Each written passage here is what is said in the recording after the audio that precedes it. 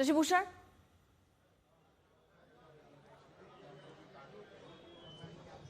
देखिए, सबसे पहला अपडेट आपको दिए देते हैं अर्पिता। देखिए, बीजेपी कार्यालय में अटल सभागार के अंदर विधानमंडल दल की बैठक होनी है, लेकिन इस वक्त हम आगे वाले हिस्से में हैं। ये अंदर जाने की इजाजत किसी को नहीं है, लेकिन ये वो जगह है जहां पर अंदर बैठक चल रही है इस वक्त पार्टी के प्रमुख नेताओं की, जिसमें धर्मेंद्र प्रधान मौजूद हैं, विनोद तावड़े मौजूद हैं, सम्राट चौधरी, विजय कुमार सिन्हा, दिलीप जायसवाल, नित्यानंद राय, ये तमाम प्रमुख नेता इस वक्त बैठक कर रहे हैं। और दो तीन अलग तरह के डेवलपमेंट हमने देखे हैं। कुछ विधायकों को अंदर बुलाया गया है बारी बारी से, जैसे राम कृपाल यादव जो दानापुर से इस बार जीत करके आए हैं, विधायक बने हैं, पहले केंद्र में मंत्री भी रहे थे मोदी कैबिनेट में, तो वो थोड़ी देर के लिए अंदर गए थे, उनको फिर बाहर वो आए, फिर वो अंदर गए हैं, मतलब 2 बार ऐसा हमने देखा।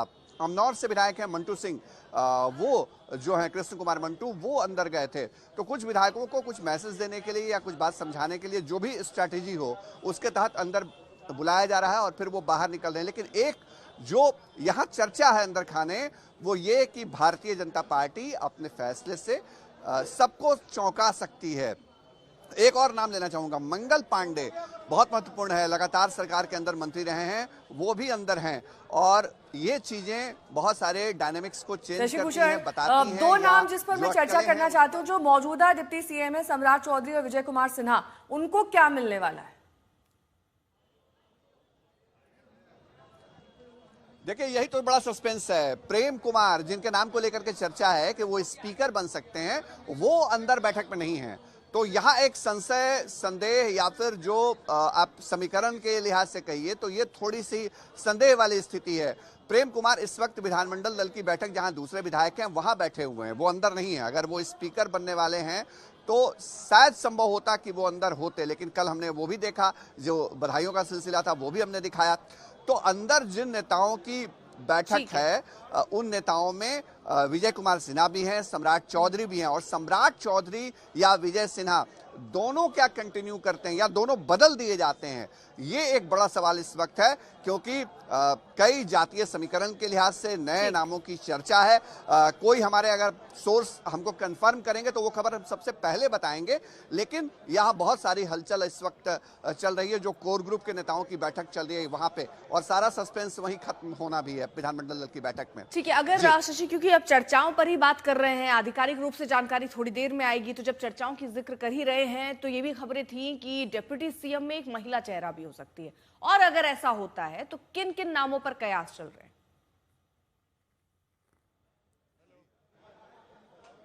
देखिए, महिलाओं ने बड़ा मैंडेट दिया, मतलब इस मैंडेट में महिलाओं की बड़ी भूमिका रही।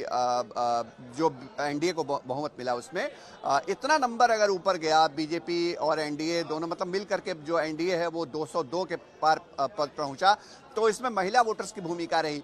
तो और कल जो शपथ ग्रहण समारोह है उसके लिहाज से भी मैं बताना चाहूंगा, भारतीय जनता पार्टी ने जो तैयारी की है उसके मुताबिक लगभग 1 लाख महिलाएं बिहार के अलग अलग कोने से पहुंचेंगी। कल रात में तरुण चुग पहुंचे थे, धर्मेंद्र प्रधान पहुंचे थे, तमाम नेता जब पहुंचे थे तो वो यही बता रहे थे कि प्रधानमंत्री के कार्यक्रम को लेकर के जो सिक्योरिटी अलर्ट होता है उसके पहले महिलाओं की एंट्री करा ली जाए गांधी मैदान में।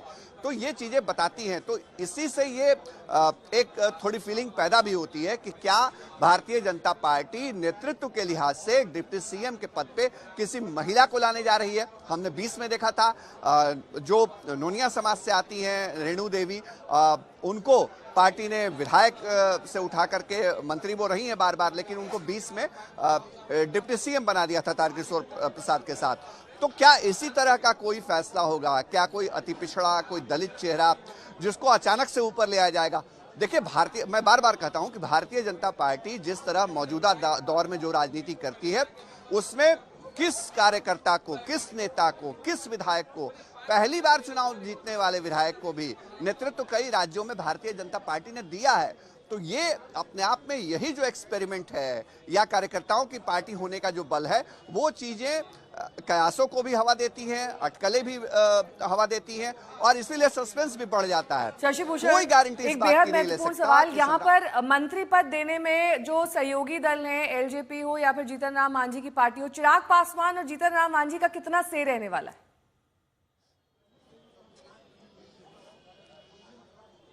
देखिए, चिराग पासवान की पार्टी संभव है कि 2 से 3 विधायक उनके मंत्री बने। हालांकि कल जो शपथ ग्रहण होगा उसमें हमारे पास जो अब तक इंफॉर्मेशन है लगभग 20 मंत्रियों के शपथ लेने की, तो उसमें हो सकता है एक मंत्री अगर शपथ लेते हैं तो वो अपने प्रदेश अध्यक्ष राजू तिवारी को हो सकता है मंत्री बनाए, या फिर जो संगठन के महामंत्री हैं संजय पासवान उनको मंत्री बनवाएं।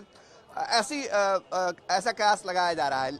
हम और आरएलएम जो उपेंद्र कुशवाहा की पार्टी है, इनको एक एक मंत्री पद मिलना है, तो इनकी तरफ से संभव है कि कल 2 मंत्री शामिल हो जाएं। एक संतोष कुमार सुमन जो हैं वो हम के अध्यक्ष हैं, जीतन राम मांझी के बेटे, वो कंटिन्यू करें। दूसरा स्नेहलता कुशवाहा के नाम की चर्चा है, जो उपेंद्र कुशवाहा की पत्नी है, सासाराम सीट से जीती हैं।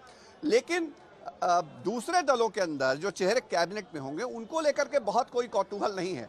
कौतूहल, सवाल, सस्पेंस, अटकल सारा कुछ आकर के केंद्रित हो जाता है भारतीय जनता पार्टी के पास, जहां हमने बार बार परिवर्तन देखा है। 20 में भी देखा जब सुशील मोदी को ड्रॉप किया गया। देखिए, तमाम नेता अब हलचल हो रही है, हो सकता है अंदर से बाहर निकलेंगे थोड़ी देर में, जो हमारे सहयोगी नदीम दिखा रहे हैं, और जैसे ही वो बाहर निकलते हैं तो वो हम आपको दिखाएंगे भी तस्वीरें।